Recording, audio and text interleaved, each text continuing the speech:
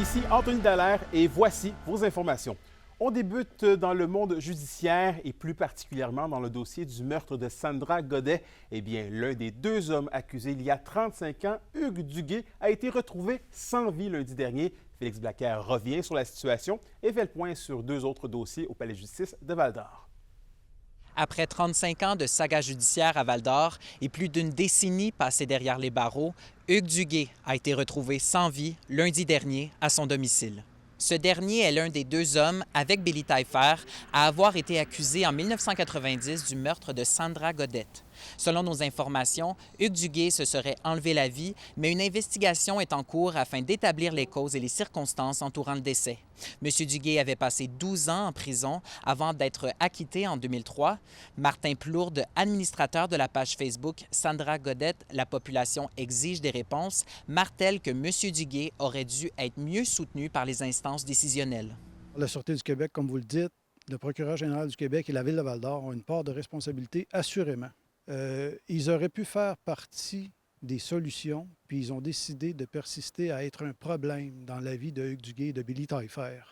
Dans un autre dossier judiciaire maintenant, c'était le retour en cours aujourd'hui d'Alexandre Sylvestre, cet enseignant d'éducation physique de Val-d'Or dans la vingtaine qui avait entretenu des échanges virtuels à caractère sexuel avec son élève d'âge mineur en 2022.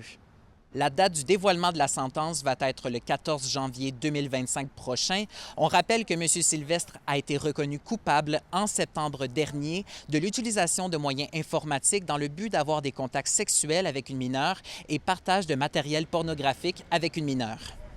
Je termine avec le dossier du meurtre survenu dernièrement à Lac-Simon. L'adolescent accusé d'avoir tué Seth Mouchoum le 31 août dernier à Lac-Simon comparaîtra le 9 octobre au Palais de justice de Val-d'Or.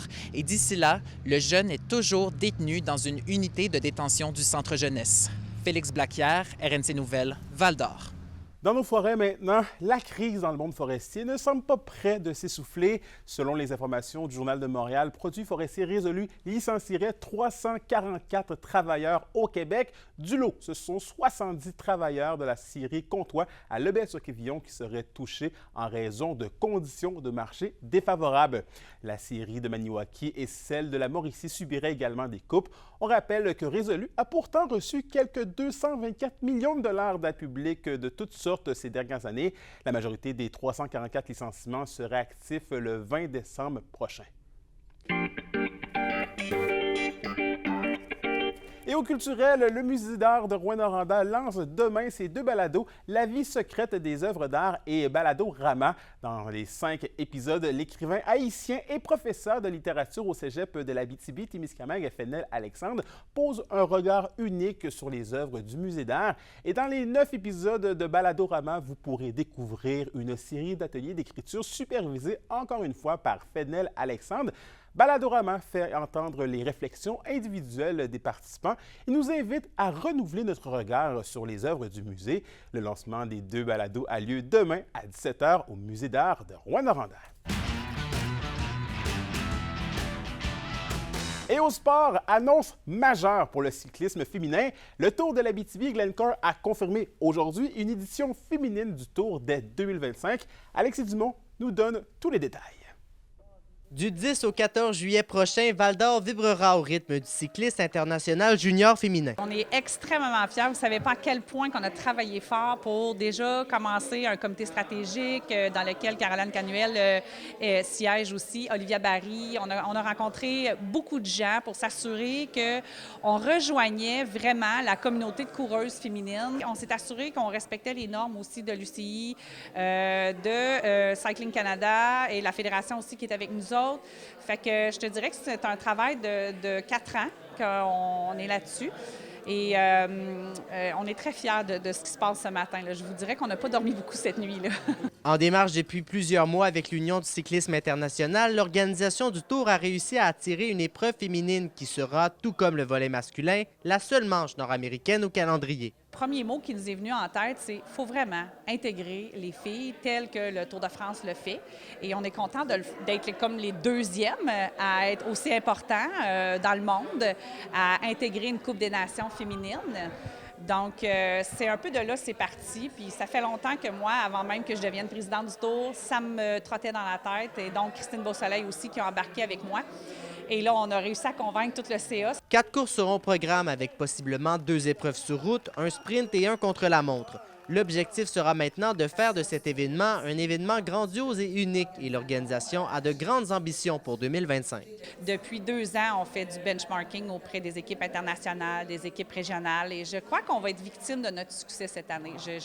On a été protecteur du nombre d'équipes qui va être là en planification, mais je crois sincèrement qu'on va être victime de notre succès cette année. Moi, je pense qu'il va y avoir une belle et grande affluence féminine dans tous les clubs cyclistes en Amérique. Alexis Dumont, RNC Nouvelles, Val-d'Or.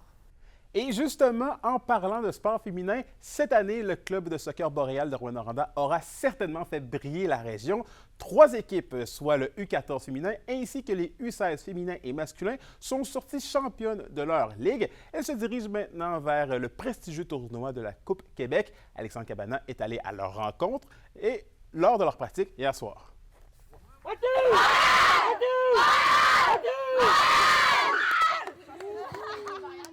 Une année parfaite. C'est ce que vit présentement l'équipe U16 féminin du Boréal. Après avoir raflé le titre de champion de la Ligue, ils ont maintenant les yeux rivés sur le titre provincial.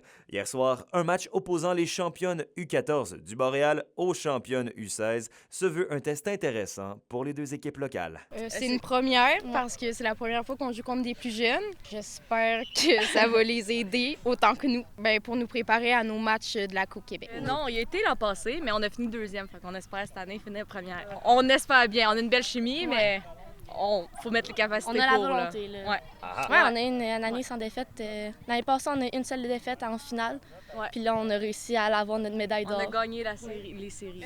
Contrairement aux autres équipes, on n'a pas de jeu préparé. C'est pas mal comme ça qu'on réussit à surprendre les autres équipes. On est freestyle, puis je pense que c'est ça qui nous démarque des autres équipes aussi. Là.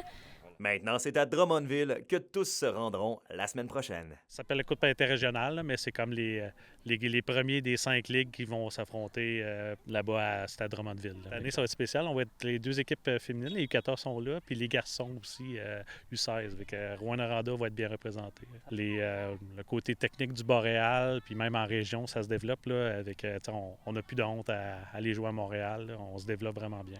Les performances du club ne sont pas étrangères à une véritable effervescence du soccer dans la région. Selon les entraîneurs, les joueuses rendent définitivement rentables les nombreux sacrifices des familles. C'est quasiment 1 an de travail pour en arriver là. Fait que, comment mieux finir? C'était notre meilleure saison depuis les 10-12 dernières années au niveau du membership. Fait que, c'est vraiment très positif. Ce qui est beau, en fait, c'est que les bassins de jeunes aussi suivent.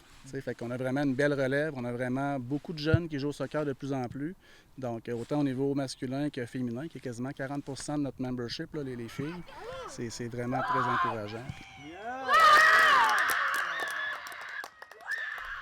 Alexandre Cabana, RNC Nouvelles, à Rouyn-Noranda. À la météo de l'Abitibi-Témiscamingue pour ce soir et cette nuit, c'est partiellement nuageux pour tous les secteurs avec de la pluie par endroits. Minimum de 4 pour l'Abitibi et de 8 degrés Celsius pour le Témiscamingue.